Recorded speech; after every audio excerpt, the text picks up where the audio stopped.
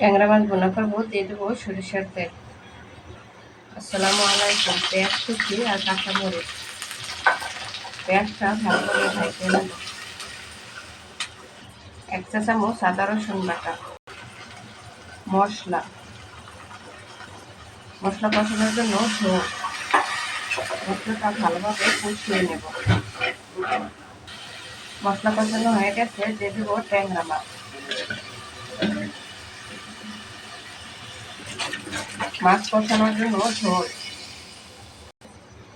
আলতোভাবে মাছটা একটু নাড়াচাড়া করে নেব। লাল শাক ভাজি করবো, শাক সিদ্ধ দিয়ে দেবো।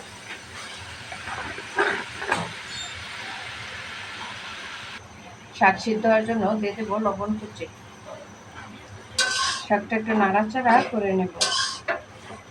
শাকে কোনো পানি দিয়ে নেই, যে পানি বের হয়েছে এই পানিতেই সিদ্ধ হয়ে যাবে।